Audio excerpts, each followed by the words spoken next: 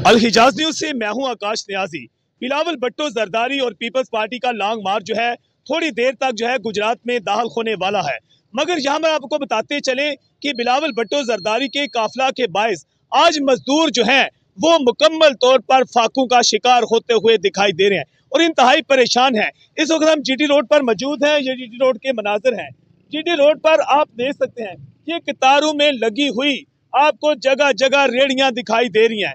ये रेड़ियां उन लोगों की हैं जो रोजाना यहाँ रेड़ी लगाकर अपनी बीवी बच्चों के लिए यहाँ से रोजी कमाकर लेकर जाते थे, मगर आज जिला इंतजामिया और पुलिस की तरफ से उन्हें रेड़ियां लगाने की जीटी रोड पर इजाजत नहीं दी गई, जिसके बायस वो इंतहाई परेशान हैं।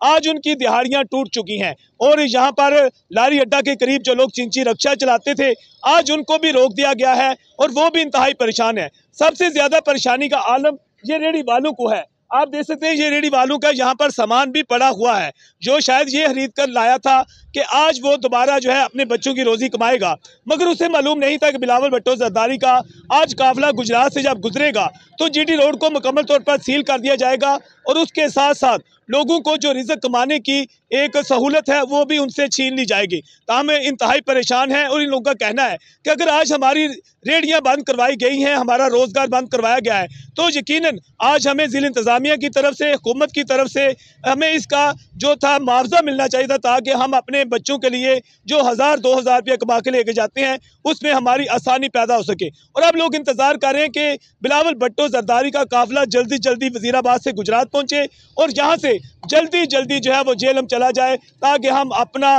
रेड़ियां दोबारा लगाकर चिंची रक्षों को दोबारा जीटी रोड पर लाकर अपना रिज़्क़ कमा सके। अल हिजाज न्यूज़ से मैं हूं आकाश न्याजी।